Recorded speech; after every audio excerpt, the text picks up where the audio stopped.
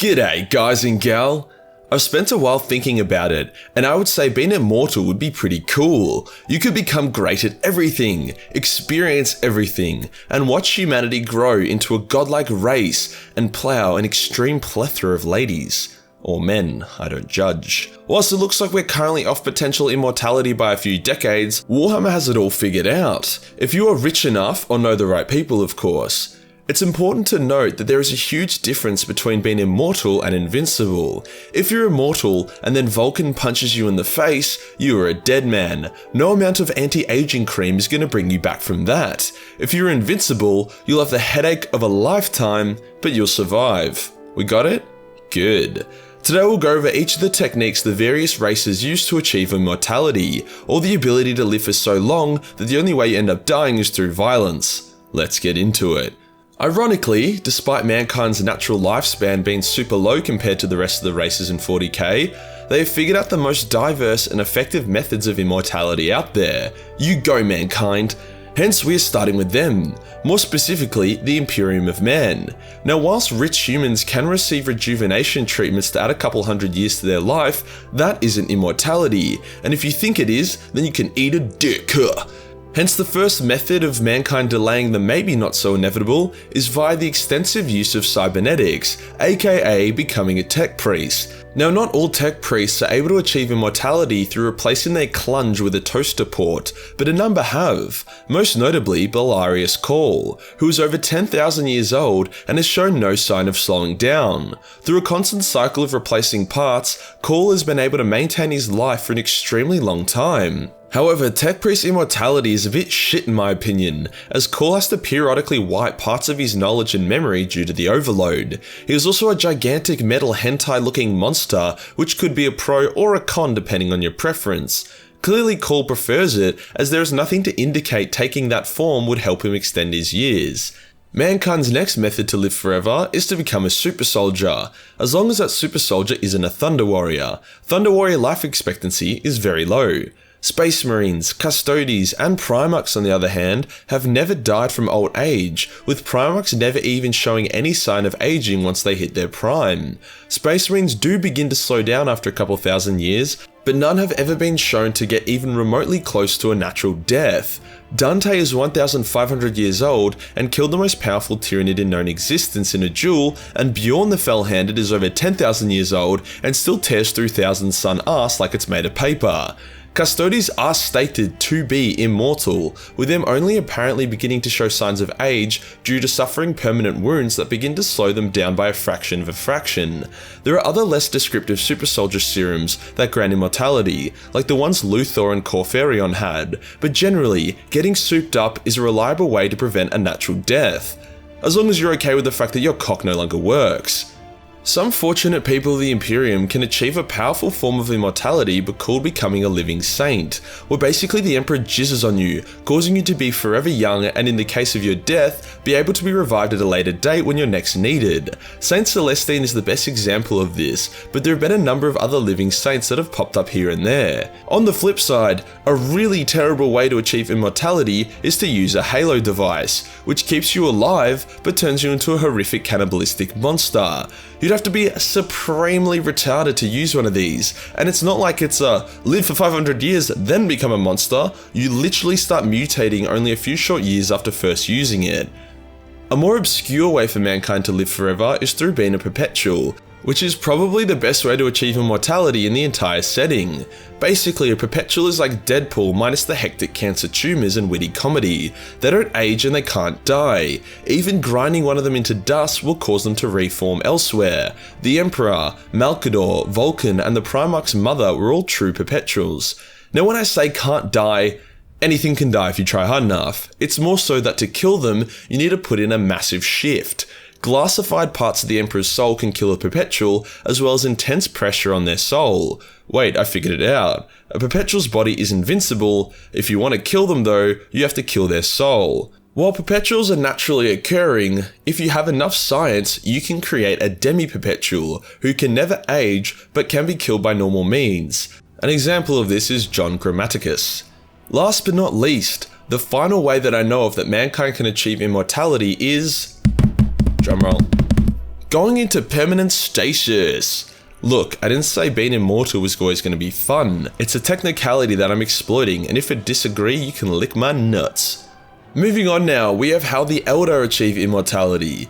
Eldar are already super long-lived, with the low estimate being they can live for over 1,000 years. Some Eldar have circumnavigated this, however, and are immortal. The Eldar used to be able to just reincarnate at will, which counts as immortality, but then their fuck fiesta spawned Slaanesh, who put a stop to that shit real quick. These days, an Eldar can live forever in their spirit stones once their body dies, but it's just not really the same. Like, it just feels like they're in a dream all the time, but they are kinda sentient and alive, so I guess it counts. For the Dark Eldar, they can live as long as they have people to torture to death. Vect has been alive for well over 10,000 years, and he's still priming because of how much pain he has delivered. Another newer method is to be the avatar of a god. This is the theory behind why Eldrad is so old, clocking in at over 10,000 years old as well. He should be well and truly dead by now, but Yvraine has theorized that because he has a shard of a dead Eldar god in him, it's extended his life dramatically. Either that or he's just too damn stubborn to die.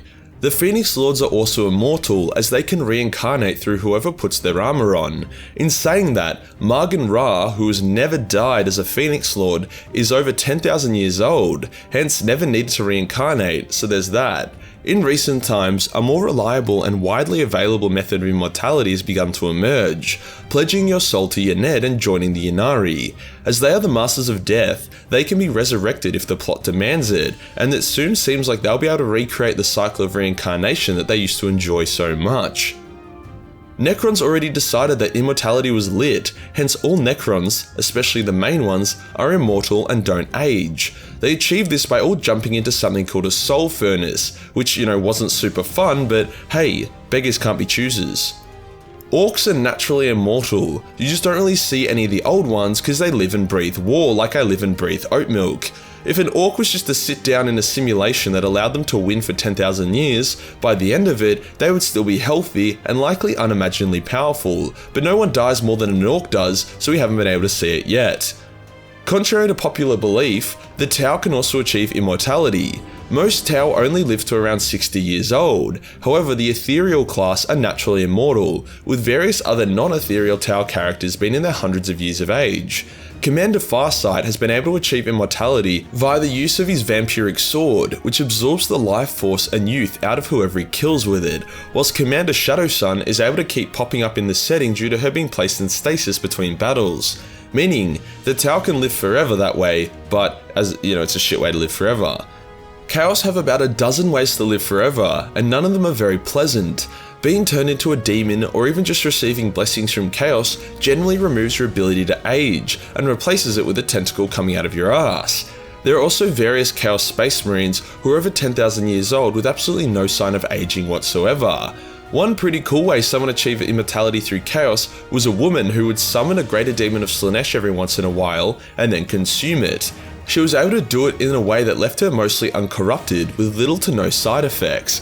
It actually really impressed Slaanesh, who decided that instead of hunting this woman down for her stolen power, she would just turn her into a demon prince.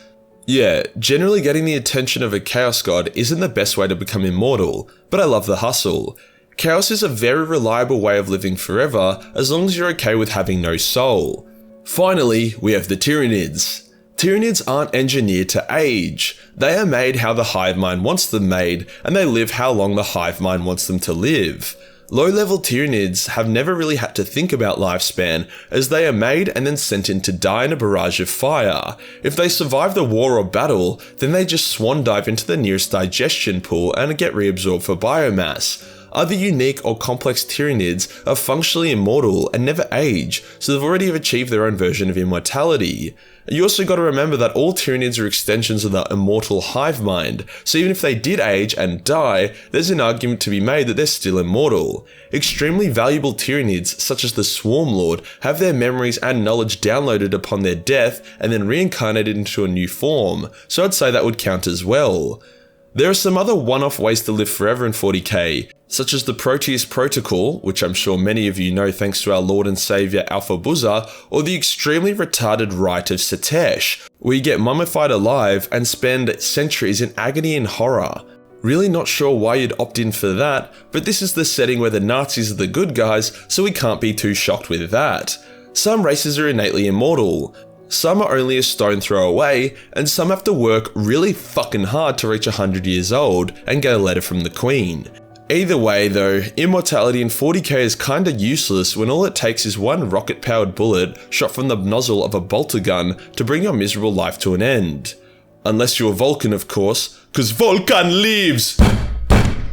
And that does us for today, guys. The options of immortality available to each of the races in Warhammer 40k. If you enjoyed the video and want to support the channel, then Patreon is the place to be, where only $1 per month give you access to a boatload of Warhammer hentai. Hit the subscribe button, then hit the real subscribe button for more immortal content. Join the Discord for more memes, and I'll see you in the next one. Peace.